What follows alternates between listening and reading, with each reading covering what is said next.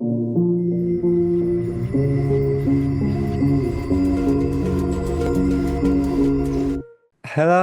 yeah. Hello, Can you please introduce yourself at first? my name is Reylta. I am in the top six for the Eurosong for Ireland, which is on Friday, the 7th, with my song Fire. How did your music journey started? I have always been singing. My mom says that I was singing like scales at 6 months old, and I always wanted to sing. And then when I was in like 11 or 12, I was doing a lot of competitions for singing. And I found that people who had written their own songs, even if they weren't great singers, got into the next round. And I'm very much fueled on spite. I was like, I can do that. Easy peasy, I can do that. So that's how I started songwriting. And then when I was in high school, my final year, I was looking at lots of different jobs and stuff like that to study in university to see. But it was important to me that I would have a lot of time to write my own music as well as do the job. And my mom found a job, I found a university course just for songwriting.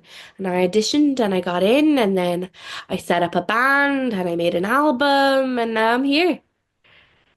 So, how does an audition for the school like this look like? So in Ireland, the maximum points you can get for your leaving cert, which is your high school exam, is 600, and the maximum you can get for the audition is 600. So they combine their points together to give you what. So if you're not very good at school, but you're amazing at music, that'll work out. There is a certain level of like for the songwriting one, anyways. We had to come in with some songs that we'd written. Some people only came in with one or two. I came in with about 30 because I'm an overachiever, always have been.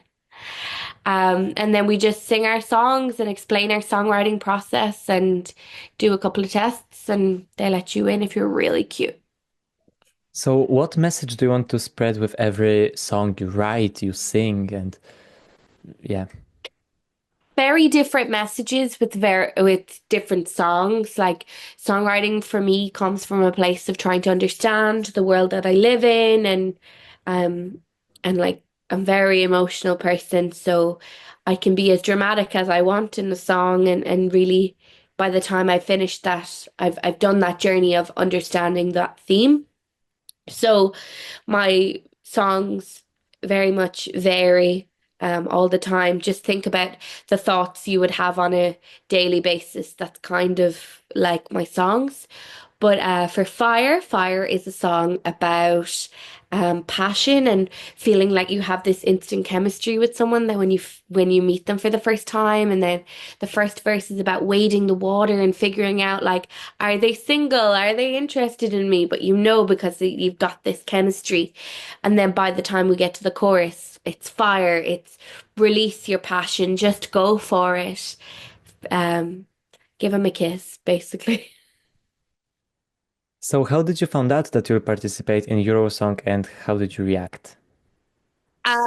It was actually pretty crazy. I was down at home in Galway for my granny had just died over Christmas, and I had to come back up to Dublin because I was singing in Christmas markets and I had one more date to do. So I came back up to Dublin. I forgot my key in Galway, classic. So I went to Trinity College because that's where my housemate was working. And I was walking through Trinity College and I got a call from this random number. And he was like, "Hi, I'm Michael from RTE, just calling to tell you that you've gotten into the top six of the Eurosong." And I was gobsmacked. Like, are you joking? Are you serious?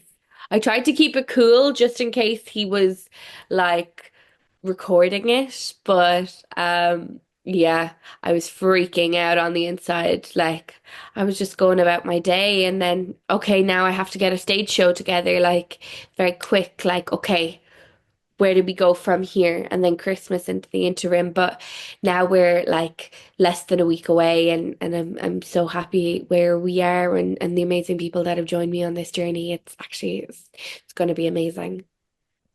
Was this song written especially for Eurosong? And can you tell us about the songwriting process? No, it wasn't written for the Eurosong at all. It just so happens that Ryan O'Shaughnessy, who is a former Eurovision uh, entry for Ireland, had was one of the co-writers. I went on a writing retreat in Wicklow, so quite rural. And yeah, you get up at 8 o'clock in the morning. By 9 o'clock, you've been put into your groups, two songwriters and a producer. And I had never, this was the first day. I had maybe spoken to these people for half an hour before we even got in there. And then we got in there. I was like, can I play you one of my songs? So I played them Holy, and they were like, yeah, let's write something for you. And then I was like, okay.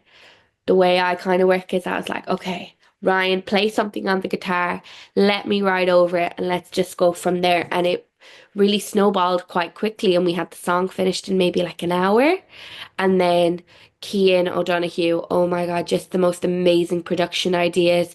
There are French horns on that song, and every time I hear them, I remember him putting them on for the first time, being like, oh my God, this is delicious. Yeah, so just three at the time strangers coming together to just create a song that felt fun, and then uh we were looking to get it in TV shows and films and stuff because it's a very epic song. And then I think I got an Instagram ad for sign up to the Eurovision, and I was like, oh, we can make this song 3 minutes. It was like 3 minutes and 6 seconds or something like that. I was like, we can make this 3 minutes. And then I just submitted it. And now an Instagram ad at the end of the day. That's why I'm doing the Eurosong. So, what can we expect to see on stage during your performance? I've got a few dancers, some Irish traditions that people might not be acclimated with. They may not know, but here's a sneak peek. If you're wondering, I would look up the word mummers, Mummers. Just look up the word mummers. There's going to be one of them on stage. I'm making a big prop, so there's going to be like theater. Celtic vibes, forestry vibes. Yeah, if you like Lord of the Rings, if you like any of that sort of like stuff, that's my vibe anyways, is very natural and of the earth and just bringing it to the biggest stage that I've done so far. So, this year's, as always, Eurosong is connected with the Late Late Show. Uh, Yeah, what do you think about the idea to combine the Eurovision pre-selection with a talk show? I love it. I love it. Get me talking. I love talking. Why wouldn't I love talking?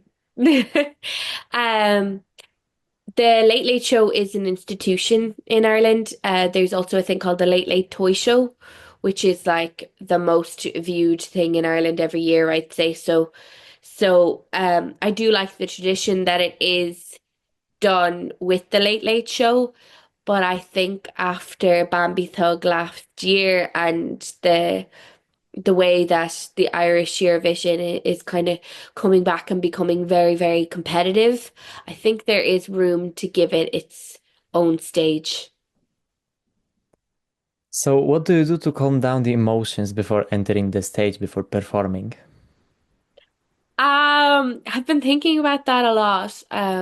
I'm quite spiritual. I'm very into all of that. I think it really helps me connect, and I think faith is a really important part of my being anyways. So a couple of breathing techniques, but mostly just time, just giving myself time to put my energy into a space and get comfortable where I am. I don't tend to get too nervous because this is what I've always wanted to do. This is what I'm supposed to be doing.